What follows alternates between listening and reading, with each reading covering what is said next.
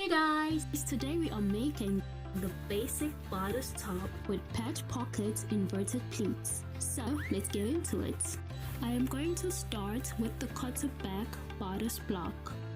By placing the quarter bodice block center back on an unfold fabric to complete a full back bodice.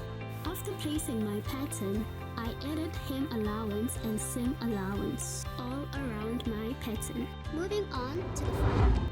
The front bodice block had to be cast 2 times since it has the button stand opening. After placing the front bodice block on fabric, I added a 4 cm button stand allowance on the center front plus 1.5 cm seam allowance all around the pattern. The hem allowance is also 4 cm. Bear in mind, it is advisable to add the seam allowance on your drafted pattern pieces. After cutting both the front and the back bodice pattern pieces, I started with sewing the side seams of the opposite sides and left the shoulder seams open, as this allows a pristine lining attachment. To create an inverted pleat pocket, one has to draft a 14 by 16 cm rectangle. Raise the bottom corners by 3 cm, then join with the curve.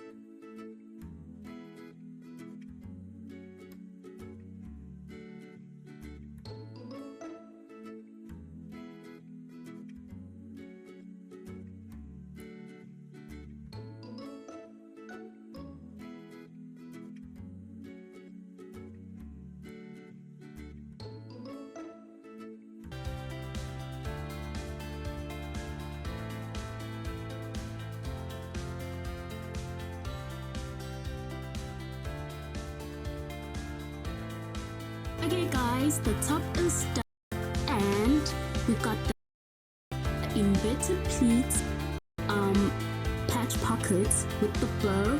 So cutesy! I just love the baby angel buttons at the front. It sums up that cutesy, innocent baby look.